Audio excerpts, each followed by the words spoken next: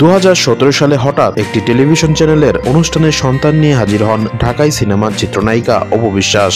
সে সময় অভিনেত্রী জানান তার এই সন্তানের বাবা চিত্রনায়ক শাকিব খান।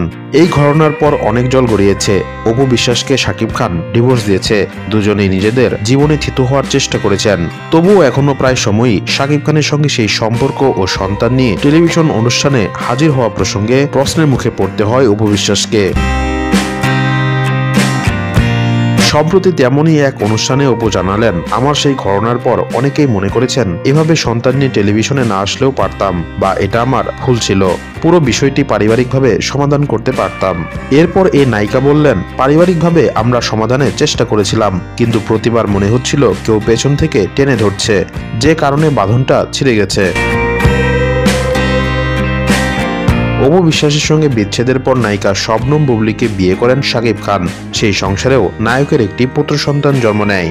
শাকিবকে ঘিরে অপু বুবলী একাধিকবার বিবাদে জড়িয়েছেন। দুজনকে ইঙ্গিত করে প্রকাশ্যে কিংবা পরোক্ষভাবেই নানা মন্তব্য করেছেন, যে কারণে দুই নায়িকাকে নিয়েও একাধিকবার বিতর্কের সৃষ্টি হয়েছে।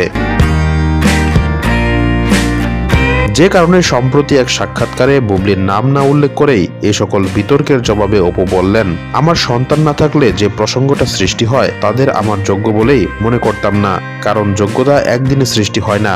আমি অপু বিশ্বাস, আমি একজন সুপারস্টার। এই ইন্ডাস্ট্রিতে আমার 17 বছর চলছে, তাই তাকে আমার যোগ্য বলেই মনে করতাম না।